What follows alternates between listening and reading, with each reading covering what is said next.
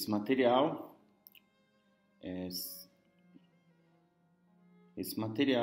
foi produzido para a disciplina GCH 266, História da Filosofia Medieval 2. Oi pessoal, tudo bem? Esse material é sobre a questão 77 do nosso percurso aí, da disciplina. E essa questão, ela já indica que os avanços realizados pela questão 75 e 76 já levam, em alguma medida, para o próximo objeto do plano de estudo, né? Não sei se vocês se recordam, mas lá no início nós falávamos sobre o corolário da questão 75 e esse corolário estabelecia as 3 divisões relativas à alma sobre as quais o tratado sobre o homem iria se debruçar. O primeiro é a essência da alma, que foi tratado especificamente nas questões 75 e 76. O segundo objeto são as potências da alma, que vão ser tratados a partir de agora, né? Ou seja, a questão 77 começa a utilizar os elementos que foram desenvolvidos na questão 75 e 76 para avançar nessa questão. A gente pode observar que a questão 77 ela é um pouco esquemática. Por quê? Porque ela meio que prepara o terreno, o saldo crítico que foi recebido até agora, para entrar nessas questões. A gente pode dizer, por exemplo, que a investigação sobre as potências da alma, ela toma especificamente lugar nas questões 78, 79, 80, 81, 82 e 83. Né? Nós vamos ver uma série de divisões que vão acontecendo aí ao longo dessas questões sobre as potências da alma. São muitas, é um quadro grande, tem relação com vários aspectos da alma, tem relação com vários aspectos do conhecimento humano. Mas nós vamos montando esse quebra-cabeça aos poucos. E por último, né, apenas para complementar, nós, a partir da questão 84, a investigação já deixa de ser deixa de ser as potências da alma e se torna as operações da alma. Né? Mas isso é outra história, nós estamos um pouco longe disso ainda. Nessa questão 77, o objeto da investigação já parece indicar um avanço para o segundo ponto, né? Apontado lá no início da questão 75. Até agora, por exemplo, estávamos lidando com as questões relativas à essência da alma. E o avanço da questão parece indicar que essas conclusões já se direcionem aí para o tratamento da relação que se estabelece entre as potências da alma. Por exemplo, a gente pode inicialmente pensar no seguinte: há uma distinção possível aí entre essentia, né, que é o termo latino para essência, e potentia, que é o termo latino para potência. O que distingue as duas? Primeiro, a operação da alma, né, o inteligir, que é a operação mais própria da alma, não se encaixa no mesmo gênero das formas. Por exemplo, as intelecções, embora elas possam se enquadrar no horizonte das formas, elas não pertencem ao mesmo gênero das formas que as almas. 2. A operação da alma ela é diferente de sua essência. Segue por um ato primeiro, né, ordenado, vamos dizer assim. Enquanto essência, é necessário dizer que se trata de um termo último da geração, sobre o qual nada resta de potencial. A essência da alma, como a gente viu, é ser ato primeiro de um corpo. A operação da alma se relaciona com um desenvolvimento que é possível a partir desse ato, considerando um ato ordenado. Então vamos ver. A essência da alma diz tudo aquilo que o composto é. E ele é daquele modo e não pode ser de outro jeito. A potência da alma diz tudo aquilo que a alma pode fazer e não significa que ela tenha já desenvolvido aquilo em ato. Ela pode desenvolver aquilo em ato, seguindo essa orientação ordenada do ato. Por exemplo, vamos simplificar do seguinte modo. Quando um bebê humano vem a existir, nós podemos dizer, no que toca à sua essência, que a sua alma é um termo último, que já determina, né, em todas as suas potencialidades, e operações. Sabemos, por exemplo, o que a espécie humana faz, como ela age, como ela se comporta, e isso é prioritariamente determinado pela forma. Enquanto potência, o desenvolvimento deste bebê é o que revelará, por exemplo, no espectro, né, dentro do que cabe à sua espécie, quais diferenças serão impressas nele, quais potencialidades serão desenvolvidas, seguindo desse modo esse ato primeiro ordenado. Né? Então, é necessário também, por exemplo, considerar o número das potências existentes na alma, a partir disso. Né? Isso que a gente falou até agora diz respeito ao artigo 1 da questão 77. Né? Ou seja, vejam como eu disse, a questão 77 já começa separando os objetos, apontando as diferenças entre a essência da alma e a potência da alma. Né? A essência da alma é aquilo que diz o que esta alma é. A potência da alma diz aquilo que esta alma pode ser. Tá? Qual que é a relação?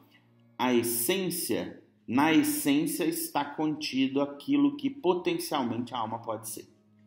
Mas, ao mesmo tempo, a essência é aquilo que determina o que a coisa já é. Né? Um bebê humano não pode virar uma árvore. Ele só vai virar um ser humano adulto. Ele não pode virar outra coisa. Isso está determinado pela essência dele. Agora, potencialmente, um bebê humano pode ser um monte de coisas. Ele pode ser um estudante de filosofia, ele pode ser um professor, ele pode ser um engenheiro, né? Ele pode ser um motorista de ônibus, ele pode ser uma série de coisas. Né? Tudo isso que ele pode ser é aquilo que cabe dentro da espécie humana ser. Então, isso tudo é colocado como potencialidade, ou potências que há na alma dele. Mas, enquanto um bebê da espécie humana, ele só pode se tornar um adulto humano. Né? Por quê? Porque isso está determinado pela essência da alma dele. A passagem, por exemplo, do artigo 2, ela resume bem, né, o que a gente poderia considerar a respeito das potencialidades da alma. Eu cito Tomás. Com efeito, o homem pode chegar à bondade universal e total, porque pode alcançar a bem-aventurança. Ele ocupa, entretanto, por sua natureza, o último degrau entre aqueles a quem cabe a bem-aventurança. Por isso, a alma humana tem necessidade de numerosas e diferentes operações e potências. Né? O que o Tomás está dizendo aqui é o seguinte: em relação ao número das potências existentes na alma, a gente pode dizer que são muitas, inicialmente. Né? Depois a gente vai conhecer cada uma delas. Inicialmente, a gente pode dizer que são muitas. Por quê? Porque o tipo de alma que cabe a um ser humano, a alma racional, ela é, embora muito rebaixada, né, como o Tomás diz, né, o último degrau entre aqueles a quem cabe a bem-aventurança, ainda assim ela pode ser uma alma bem-aventurada. Né? Ela pode alcançar um estado que é próprio dos anjos, por exemplo, né, a bem-aventurança. Só que ela tem um corpo também. Né? Isso faz com que essa relação torne esse indivíduo, essa alma humana, muito complexa e demandante de uma série de potências para realizar suas operações. É muito diferente, por exemplo, de um ser mais elevado que o homem, né, segundo essa cosmologia, que é o anjo, que não tem um corpo e não precisa de tantas potências e tantas operações. Né? Exatamente porque ele naturalmente não tem um corpo. Então ele já consegue fazer aquilo que ele tem que fazer de uma maneira muito mais simples. Ao passo que os humanos, né, os animais racionais, por eles estarem com um pé nos anjos e outro pé nos animais, né, um pé na alma e outro pé no corpo, eles precisam de muitas operações, tá? De muitas potências e muitas operações. Por exemplo, ainda na mesma resposta, a gente pode dizer o seguinte: a alma humana está na fronteira das criaturas espirituais e corporais. Por isso, nela se reúnem as potências, tanto de umas quanto de outras criaturas. É exatamente o que eu disse agora há pouco. Os movimentos investigativos da questão 77 parecem nos estabelecer um elenco de questões, como eu disse, que vão ser exploradas aí pelas questões a respeito das potências na alma. Por exemplo, no artigo 2, quando Tomás demanda a distinção entre as potências da alma, como seriam seus atos e seus objetos, né? Mirando-se no ato, por exemplo, as potências especificam-se. Cada potência, por exemplo, se direciona para seu ato ou seu próprio objeto. Por isso eu posso distingui-las, né? Eu sou capaz de distinguir as potências, porque uma potência ela sempre está ordenada para um ato em particular. Então, cada potência tem o seu ato ou seu próprio objeto, por exemplo, né?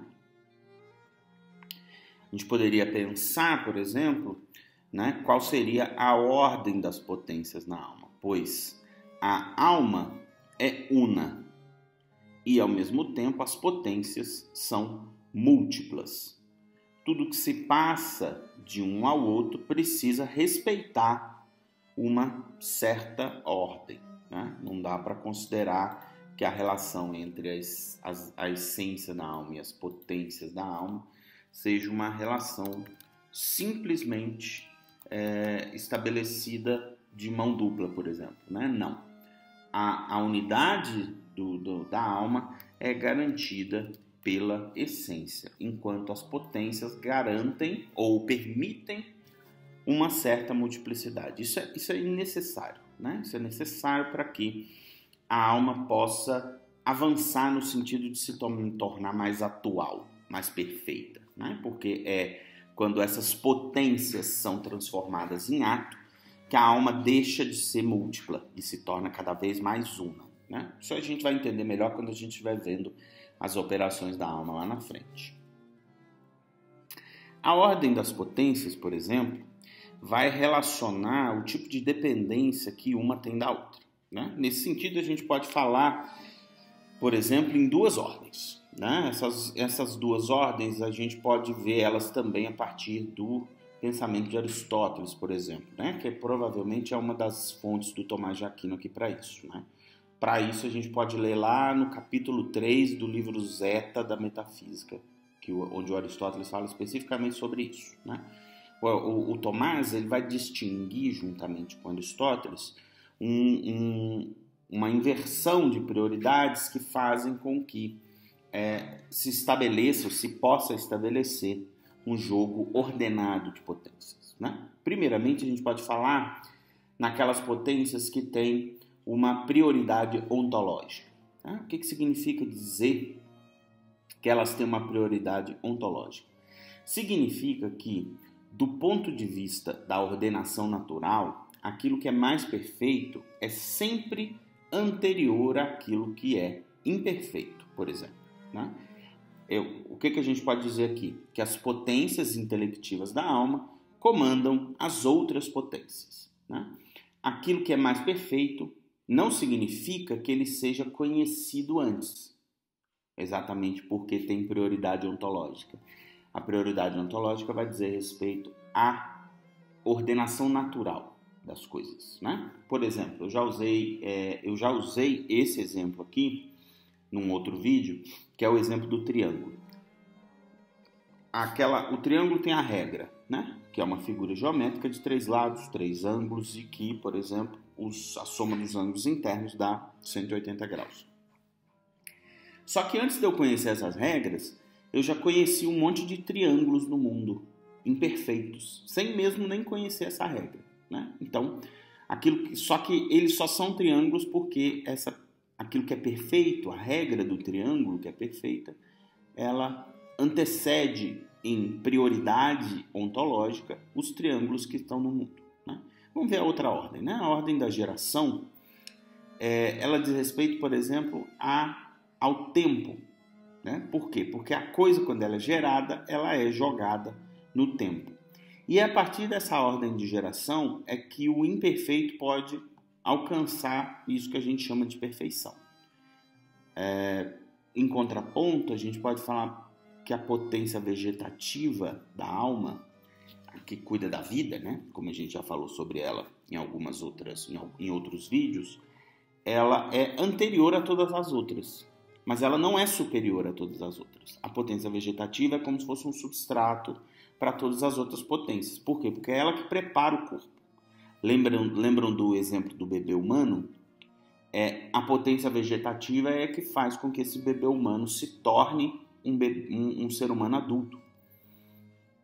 E aí, quando ele se torna um ser humano adulto, na medida em que ele vai se tornando um ser humano adulto, as potências vegetativas permitem o desenvolvimento das potências sensitivas e o desenvolvimento das potências intelectivas. Qual que é a diferença? As potências intelectivas, elas comandam todas as outras, mas elas aparecem por último. Tá vendo a diferença? As potências intelectivas têm prioridade ontológica, enquanto as potências vegetativas têm prioridade na geração. Então não significa que isso diga respeito a uma ordem de aparecimento, né? Pode ser as ordens se confluem aí, né? São ordens, uma ordem ontológica que diz respeito àquilo que é mais perfeito e uma ordem da geração que diz respeito àquilo que aparece primeiro, né? Além disso, o Tomás também fala de uma ordem das potências, né? Pura e simplesmente em relação aos objetos com os quais essas potências se relacionariam. Ele usa como exemplo os sentidos, né? Os sentidos, por exemplo, são considerados a partir da nobreza dos seus objetos. Quais são os objetos dos sentidos? E por que essa nobreza? Quanto menos material, mais nobre, né? Então, o objeto da visão. O objeto da visão, ele está muito distante da própria visão, né? Para eu enxergar alguma coisa, eu não preciso encostar as coisas no meu olho, né? O Tomás e o Aristóteles, né? O Tomás está influenciado pelo Aristóteles para pensar isso, consideravam a visão como o principal sentido e o sentido mais espiritual, né? Exatamente porque estava distante. Então, tem essa ordem. Primeiro a visão, depois a audição, terceiro o olfato. Exatamente pelo aumento da necessidade de um meio material para a realização dessa potência, né? Então, tem esse terceiro modo hierárquico aí também que se relaciona. Então, nós temos a prioridade ontológica, prioridade da geração e a ordem das potências. E aí, né, seguindo o programa da questão 77, o Tomás pergunta, por exemplo, se as potências da alma, né, como é que essas potências estão na alma, por exemplo, né? O que significa perguntar isso, né? Se as potências, como essas potências estariam na alma, né? Ou seja, o dizer, para usar a terminologia do Tomás, que as potências estão na alma como um sujeito, né? Ele distingue isso de dois modos. Primeiro, ele fala das potências que não necessitam de órgãos corporais, por exemplo, o conhecer, que está diretamente implicado na intelecção, né? Que não precisa de nenhum órgão, precisa só da alma, e o querer. O querer se relaciona com a vontade, né? Então, conhecer ou inteligir e querer ou o objeto da vontade estão completamente relacionados apenas com a alma. Eles não necessitam de órgãos corporais, né? Isso vai ficando mais claro também, viu, gente? Nesses dois, por exemplo, é simples afirmar que o princípio, né, está na própria alma, visto que a atividade parte obrigatoriamente dela. Então, quando a gente conhece algo, diz que conhece algo, ou diz que deseja algo, diz que quer algo, isso é um movimento que parte necessariamente da alma, né, da alma intelectiva.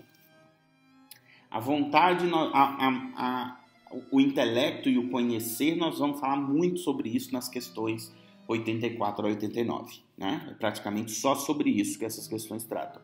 O querer, que é o objeto da vontade, vai ser especificamente o objeto das questões 80, 81, 82 e 83, né? Então, nós vamos ver todos esses elementos com grande riqueza de detalhes aí, acompanhando a leitura do Tomás de Aquino. E, bom, além dessa distinção das potências que não precisam de órgãos corporais, o Tomás também distingue entre as potências que precisam de órgãos corporais, né? E é possível notar, por exemplo, que o princípio dessas operações também está contido no composto, como sujeito, né? Então, como é que as potências estão na alma como um sujeito? As potências para conhecer e para querer estão na alma, apenas na alma como um sujeito. Agora, as potências que precisam dos órgãos corporais, elas estão na alma, mas também estão no composto. Por quê? Porque elas precisam de um corpo, né? Então, é só essa distinção. Importante considerar isso exatamente porque o Tomás continua sustentando aquela separação da alma intelectiva, né? A gente tem que ficar atento a isso o tempo todo.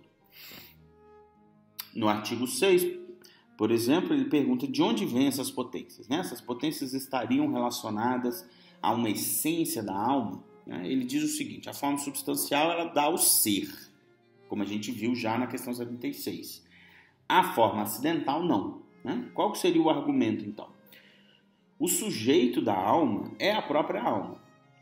Já o composto encontra o seu sujeito na alma, né? Então, o corpo encontra o seu sujeito na alma. A alma não tem outro sujeito senão ela mesma, né? Tudo que há no composto emana da própria alma. Então, as potências da alma viriam da própria essência da alma. Isso é uma distinção que já no artigo 1 da questão 77 a gente já consegue fazer, né? Não é assim tão complicado. Então, a gente pode considerar, por exemplo, que as potências menos perfeitas, elas são, entre outras coisas, anteriores na ordem da geração, e as potências mais perfeitas na ordem ontológica de prioridade. Aquilo que a gente falou acima agora, né? Bem, a gente falou ali lá pelo artigo 4, ali, né? Por isso, é possível dizer que os sentidos, né? Os sentidos são, com efeito, uma participação incompleta do intelecto. E por isso, né, naturalmente, procederia o intelecto do imperfeito para o perfeito, né? Ou seja, o Tomás está invocando aqui uma participação da intelecção ou da alma separada, né? Da parte da alma que está separada do corpo, nos movimentos da sensibilidade. Por que ele está dizendo que o sentido é uma participação incompleta do intelecto? Porque o intelecto ele lida com coisas que são universais, né? Então, se o intelecto participa de alguma operação que ela é particular, diz respeito a uma coisa só e não a universal, a gente pode dizer que o intelecto está realizando a sua operação de maneira incompleta, né? Porque o intelecto se relaciona com coisas que são universais e não particulares, né? Os sentidos, sim, se relacionam com coisas particulares, com individuais, né? Com existências individuais. Então, a gente pode dizer que a participação do intelecto, nesse caso, com os particulares, ela é uma participação incompleta, né? Para completar isso, tem que fazer os movimentos abstrativos até chegar no universal, né? Aquilo que se diz de muitos. E aí o Tomás, a título de conclusão prévia, né, na questão 77, ele ressalta que as potências da alma, no que tange a sua permanência, são distintas conforme esses critérios que a gente verificou aqui nos artigos, né? Nos artigos da questão 77. As potências que têm a alma como seu único sujeito, né? Ou seja, a inteligência e a vontade, ou o conhecer e o querer, eles permanecem nessa alma, mesmo que ela não tenha corpo. Exatamente por quê? Porque elas são independentes, né? Agora, as outras potências, as que dependem de um corpo, as que têm um composto como sujeito, essas não permanecem. Por quê? Porque essas potências elas ficam só virtualmente na alma pela nobreza da alma, né? Ou seja, a alma intelectiva, como a gente viu no último vídeo, né? A alma intelectiva ela carrega consigo a sensitiva e a vegetativa, mas se não tem corpo, essa presença ela é virtual, ela não existe efetivamente, né? Elas se rompem aí, por assim dizer, na inexistência do corpo, né? Elas não podem ser mantidas, suportadas sem o corpo. O que permanece, então, seriam a vontade e a inteligência. Vejam que isso é muito interessante, né? O Tomás está fazendo um desenho muito interessante da alma humana, né? Mantendo essa alma, ainda que separada do corpo por uma subsistência, e afirmando que essas duas operações centrais da existência humana, né? O conhecer e o querer, a inteligência e a vontade, se mantenham na alma mesmo quando ela não tem um corpo. Por que ele precisa pensar isso? Porque quando o indivíduo morre, ele perde o corpo, mas segundo Tomás, ele não perde a alma. Alguma coisa precisa permanecer nessa alma para que eu possa chamar esse indivíduo de indivíduo, já que ele não tem mais corpo. O que permanece? Inteligência e a vontade. Nós também vamos ver, por exemplo, mais à frente, lá na questão 83, por exemplo, que a inteligência e a vontade são as duas potências da alma que garantem a possibilidade do livre-arbítrio, né? Vocês já devem ter ouvido falar de livre-arbítrio, principalmente nesse contexto do pensamento cristão, né? Então, o Tomás vai mobilizar esses dois elementos, a inteligência e a vontade, para fazer deles aí os instrumentos próprios para a mobilização do livre-arbítrio. Mas isso a gente vai ver mais para frente, né? Eu espero que tenha ajudado vocês aí com esse vídeo. Quaisquer dúvidas, vocês sabem aí como entrar em contato comigo, né? Então, bons estudos e até o próximo.